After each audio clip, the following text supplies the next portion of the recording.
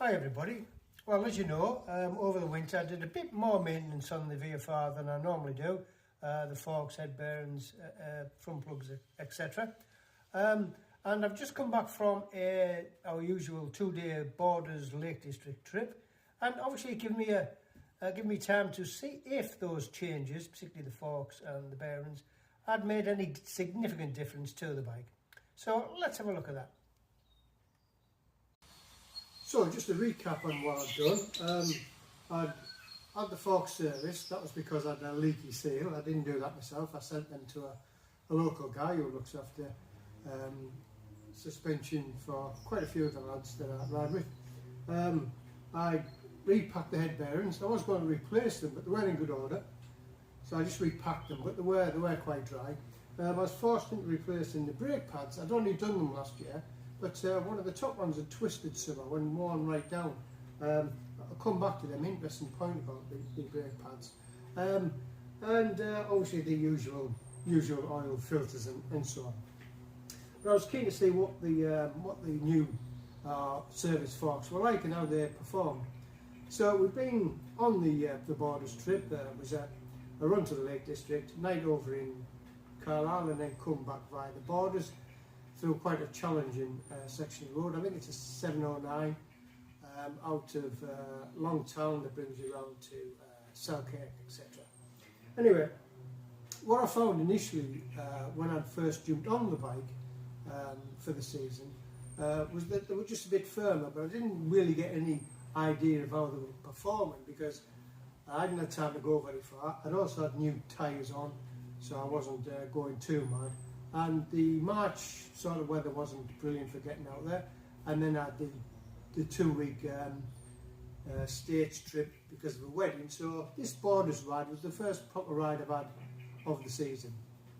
So forks wise, yeah, they were definitely firmer, but they were still quite soft. They've still got all the rebound and preload back right off. But the main difference I found was on the rebound, actually, with the fresh oil and the shins looked at. Yeah, it was certainly rebounding a lot nicer. It's probably coming up a bit too quick when I came off the brakes on some of the quicker corners. And when I say coming off the brakes, I do use the brakes quite hard, and you don't want to spring off the brakes, but sometimes you want to be off them quickly because you've misjudged something, and on occasions they come a bit quick and unsettle the bike. And what I found is that the rebound was nice and smooth, so that I did notice quite a difference.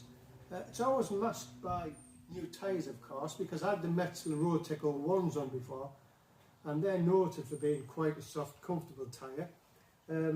Can't say I noticed that much difference, but that may have had an effect of making the forks initially feel a little bit firmer.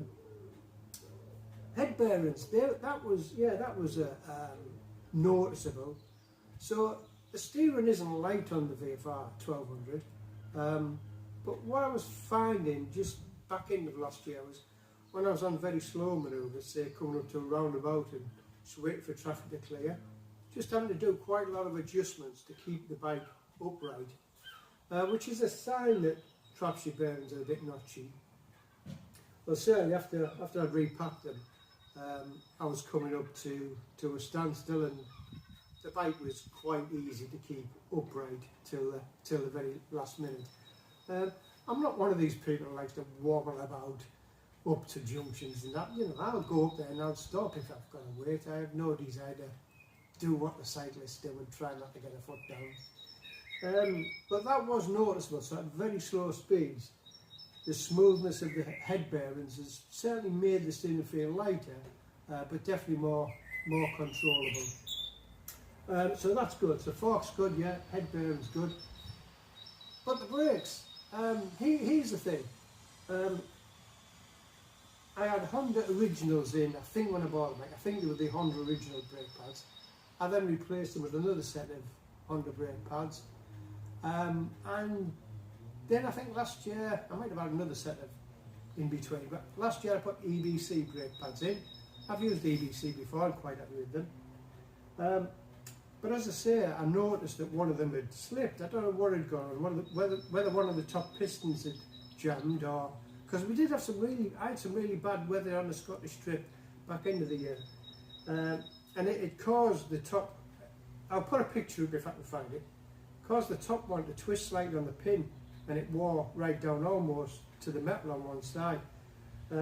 So I had to replace them, and there's some Galfer brake pads which I've never used before, some Galfer fronts that were on offer. It reduced them a bit, so I thought, well, I'll try those, and I'm really pleased with them. Yeah, I mean, I don't know how to get excited about brake pads, but what I noticed was some people don't like noisy pads, but they're that lovely zingy noise, you know, when you brake and you get that, I think it's a sintered material in them, that lovely zinging noise, you put them on.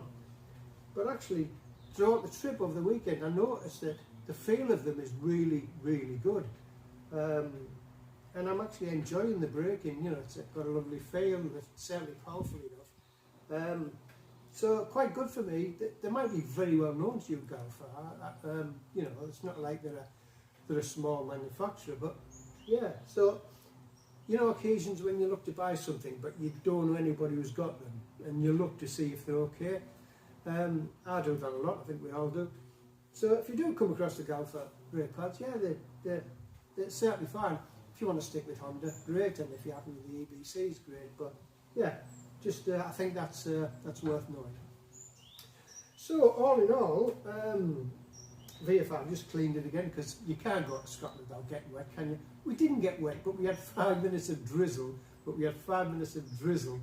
On the muckiest part of the trip, where there was a lot of dry mud, because we'd had some dry weather, and that turned to sort of like murky, horrible brown water and coated the bike as usual.